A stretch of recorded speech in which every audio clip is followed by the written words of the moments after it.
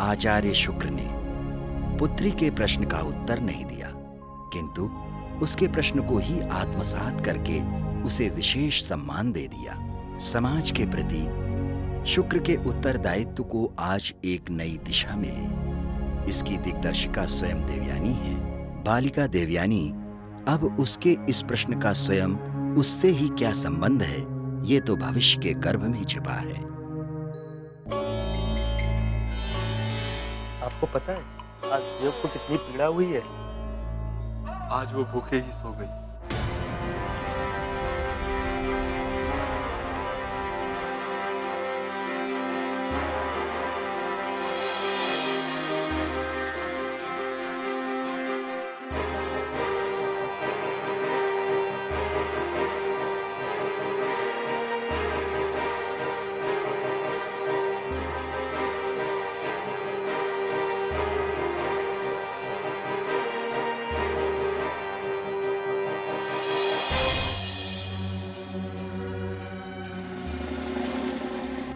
मेरी पुत्री, मैं आ गया हूं। तुमसे क्षमा मांगता हूं। मुझसे क्षमा मांगने की कोई आवश्यकता नहीं है।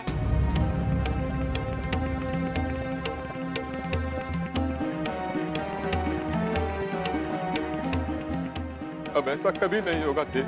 मुझे उसकी कोई चिंता नहीं है। मिष्ठान रखा है, जाकर खा लो और मुझे मनाने का प्रयास मत करना। किंतु देव, उनके तो गुरुदेव भी होंगे ना? आप उनकी ओर से मत बोलिए। महाराज के यहाँ गए थे, 56 वो खा के आए होंगे, तभी इनको मेरे द्वारा बनाए गए मिष्ठान की याद ही नहीं आई। इनसे कह दो कि ये यहाँ से चले जाए, मुझे सोने दे। इनको क्या, इनके लिए तो सारा संसार ही इनका संतान है, किंतु मेरे लिए मेरे पिता ही एकमात्र हैं। पुत्री देव, इसमें मेरा कोई अपराध नहीं है। अपराध सूर्य देव का है, जो आज इतनी शीघ्रता से अस्त हो गए।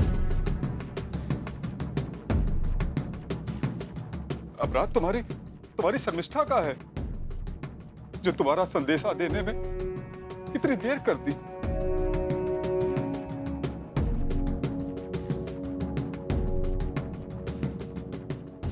अपराध किसी और का नहीं है, आपका है। अवश्य ही आपने 56 भोग ग्रहण किया होगा। नहीं पुत्री, मैंने हर भोग का तिरस्कार कर दिया तुम्हारे इस मिष्ठान के लिए। मैं कुछ नहीं जानती। मैंने कितने जतन से फल, शहद और अन्य वस्तुएं इकट्ठा की, कितनी बार सबसे बनाने की विधि पूछी और फिर समय से बना के आपकी प्रतीक्षा भी की, किंतु आपने मेरे हर प्रयास की उपेक्षा ही की है। अब सदैव ही ऐसा करते हैं। आपके पास महाराज के लिए समय है, दैत्यों के लिए समय है, आपके शिष्यों के लिए समय है, सबके लिए समय है, मात्र मेरे लिए समय नहीं है। इसीलिए आपके नाम से देव भास्कर आपकी कोई बात नहीं मानते। इसीलिए देवता लोग भी आपसे बैर रखते हैं। अच्छा, देवता भी मुझसे इसलिए बैर रखते हैं कि मेरे पास आपके लिए समय नहीं है? हाँ, मात्र इसलिए। और मेरे नाना श्री को पता चलेगा कि आप मुझे समय नहीं देते, तो पता है वो आपको कितनी उलाहना देंगे। ना। अरे वो आपसे बात करना भी छोड़ देंगे। और हाँ, यदि मैं शर्मिष्ठा से शिकायत कर दूं, तो महाराज वृषपर्वा से बोल देगी और पुनः महाराज वृषपर्वा आपको आदेश दे देंगे कि अब आपको आश्रम छोड़कर कहीं नहीं जाना है। बस तब आपका घूमना ही बंद हो जाएगा। किंतु देव, महाराज वृषपर्वा तो गुरुदेव की आज्ञा का पालन करते हैं।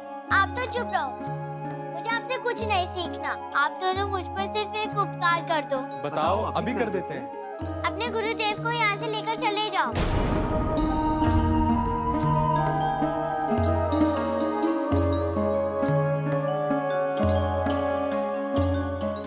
चलो शिष्य, मैं यहाँ से चला जाता हूँ।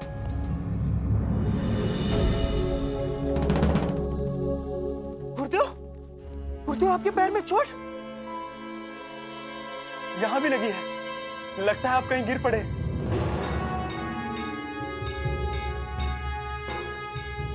बताइए ना पिताश्री, कैसे लग गई आपको ये चोट?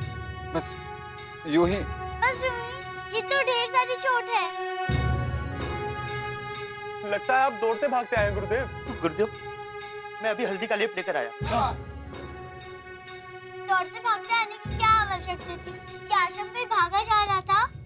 पुत्री, तुम्हारा वो मिष्ठान और भोजन ग्रहण करने का समय। पिताश्री, माना कि मैं थोड़ी हट्टी हूँ, किंतु आप तो पिता हैं। आपको मुझे डांट देना चाहिए। और मेरी इतनी चिंता क्यों करते हैं? आपके मस्तिष्क में तनिक भी ज्ञान नहीं है कि मैं बड़ी हो गई हूँ। नहीं पुत्री,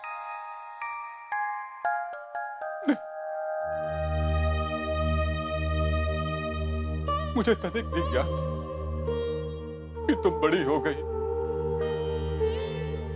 इसी बात की तो चिंता, इसलिए कहीं भी रहो, मेरा मन तुम्हारे पास पहुंचने को प्रेरित करता रहता। किंतु बेचारे मेरे पैर, ये मन की गति जितनी तो नहीं चल सकते ना। फिसल गए और मैं गिर पड़ा। मेरा गिरना भी तुम्हारे काम नहीं आया पुत्री, किसी काम ना आ सका। मुझे खेद।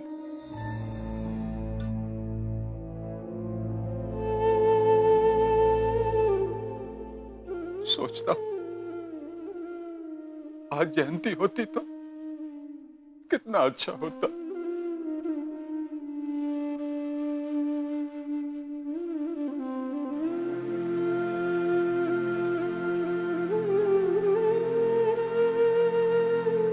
मेरी देह हटी ना होती और उसे भूखे ना सोना पड़ता। आज सोचता हूं, यदि प्रारब्ध किसी शिशु से कुछ छीनना चाहे, सब कुछ छीन ले, किंतु उससे उसकी जननी न छीने। माता का अभाव संतान के जीवन को शुष्क बना देता। पिताश्री, मुझे जननी नहीं चाहिए और मुझे कोई अभाव भी नहीं है और मुझे भूख भी नहीं लगी है। पता है, संध्या होने से पहले मैंने ढेर सारे कैद खाए थे। इस आकृति में अभी तक लेप लेकर क्यों नहीं आए? ये रहा महर्षि धन्वंतरी का लेप, जो क्षण भर में गुरुदेव की चोट को ठीक कर देगा।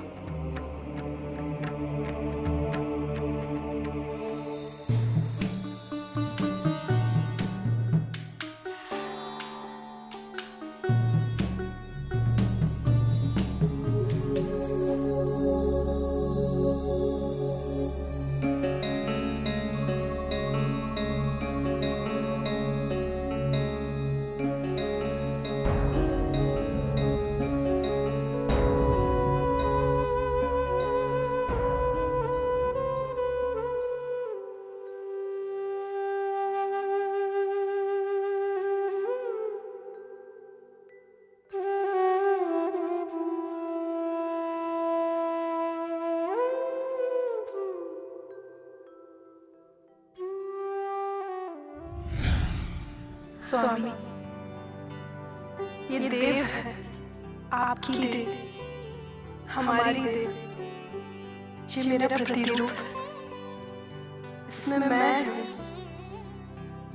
अगर मैं आपके साथ नहीं भी रहूंगी, तो ये हमेशा आपका ध्यान रखेगी।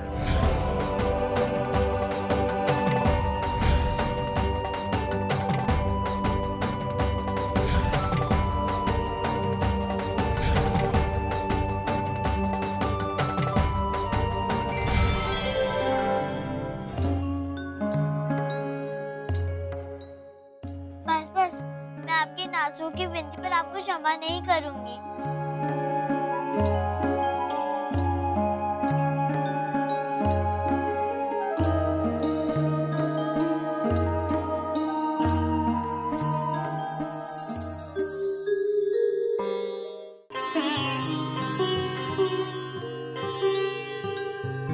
माताश्री की आवश्यकता मुझे नहीं, पिताश्री आपको है।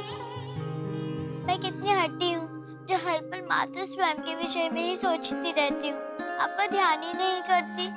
किंतु क्या करूँ, शीघ्रता से बड़ी ही नहीं हो पा रही हूँ। माताश्री होती तो वो हमारे लिए व्यंजन बनाती, मेरे बालों के जूड़े बनाती, आपकी सेवा करती, आपका ध्यान रखती, और हाँ, मुझे डांटती भी। आप तो मुझे कभी कुछ भी नहीं कहते, जैसे आप मेरे पुत्र और मैं आपके पिता हो गई हूँ। शर्मिष्ठा कहती है कि आप बहुत अच्छे हैं, किंतु मैं सोचती हूँ कि आप बहुत अभागे हैं। मेरी माता को हमें छोड़कर नहीं जाना चाहिए था। मैं थोड़ी बड़ी होती तो उन्हें रोक लेती। आपकी संजीवनी की तरह मैं हार नहीं जाती।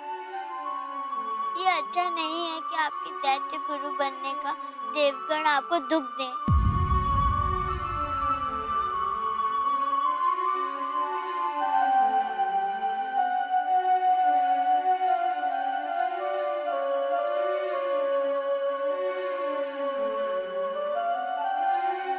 और हाँ, अब मैं अपने नाना जी से कभी नहीं बात करूंगी। आज वो मेरे शत्रु हैं, जिनके कारण मैं मात्र विहीन हुई। देव बस करो, सारा क्रोध अभी उतार दोगी तो कल अपने शिष्यों को कैसे डांटोगी? और हाँ, घूर्णिका और काया ने सरस्वती वंदना को कंठस्थ ही नहीं किया।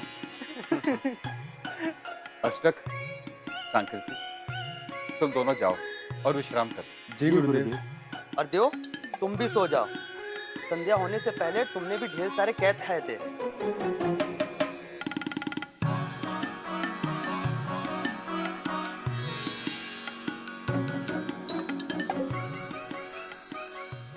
पिताश्री, आप शर्मिष्ठा से मिले थे?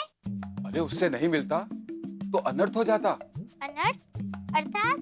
महाराज से बातें करते करते कब संध्या हो गई पता ही नहीं चला, और उनके आग्रह पर मैं भोजन ग्रहण करने भी बैठ गया। क्या?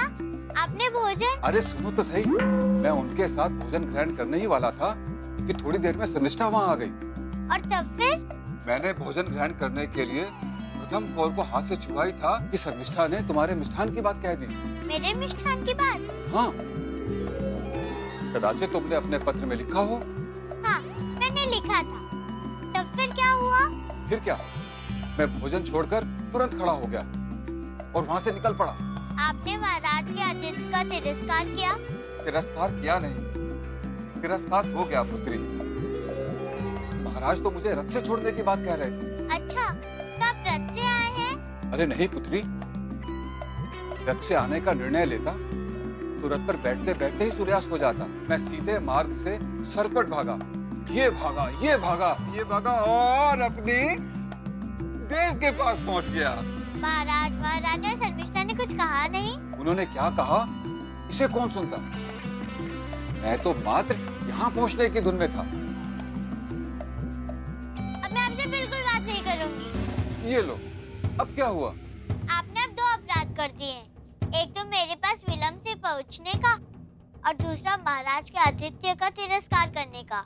हे ईश्वर, इन अपराधों से बाहर निकाल, इनका प्रायश्चित करवा ले मुझसे, क्योंकि मैं इन अपराधों से मुक्त होना चाहता हूँ। अब चिंता ना करें, आपको अपराध मुक्त मैं कर दूंगी। वो कैसे? इसके लिए आपको नीले आकाश के नीचे मुझे कथाएं सुनानी होगी। कथाएं? वो किसकी? स्वयं की, मेरे जन्म से पहले की।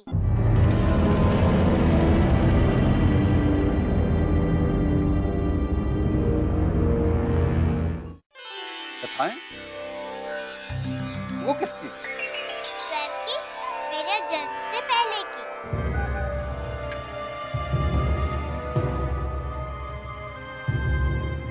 तेरे जन्म से पहले की? कौन सी कथा सुनाऊं पुत्र? मेरा स्वयं का जीवन विवादों और उपेक्षा से भरा। तुम्हारी माता और मेरा साथ लंबा नहीं रहा। तुम्हारी माता से मेरा लगाव होते उनके गर्भ में तुम आ गई, और तब से मेरा अनुसंधान, मेरा गुरुकुल, मेरी राज सेवा और मेरा स्वयं का समाज और आए दिन भगवान आशुतोष, माता अम्बे और श्री गणेश से वरदान पाकर बलशाली होते असुरों से मेरा ध्यान नहीं। मैं तुझे कौन सी कथा सुनाऊं पुत्र? तेरे अभागे पिता के पिताम्बर में अब तो मात्र एक ही कथा, देव देव देव और देव।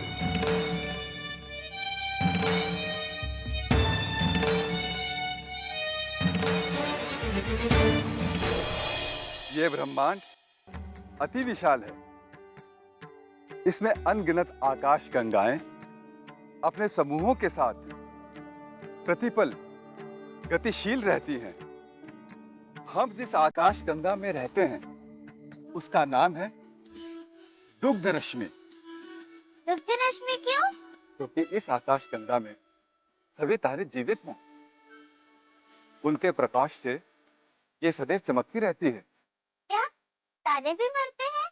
हाँ पुत्री, इस ब्रह्मांड में चल हो या अचल, सजीव हो या निर्जीव, सबका एक दिन अंत होता है।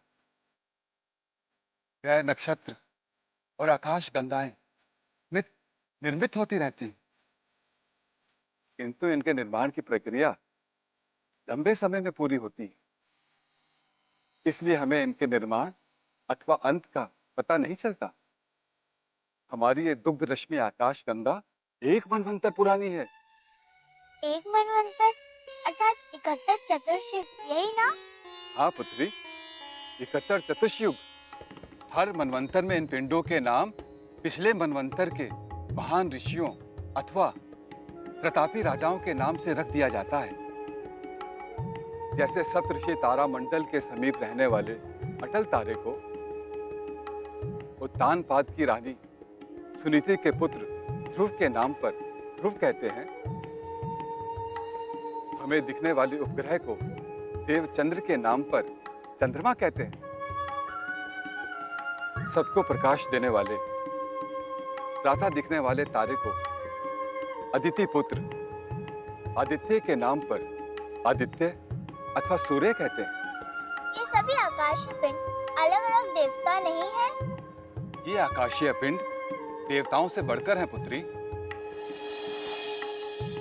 देवतागण तो अपनी प्रतिष्ठा के पालन में जन जन से वैमनस्य पाल लेते हैं,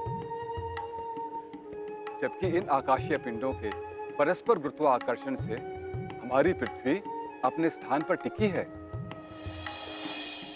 हमें रात और दिन, अलग अलग ऋतुएं और तरह तरह की जलवायु भी इन आकाशीय पिंडों से हमारी पृथ्वी के दूरी के अनुसार मिलती है। पिताश्री, वो स्वर्ग कहाँ है? जहाँ से हमारी माताश्री आई थी?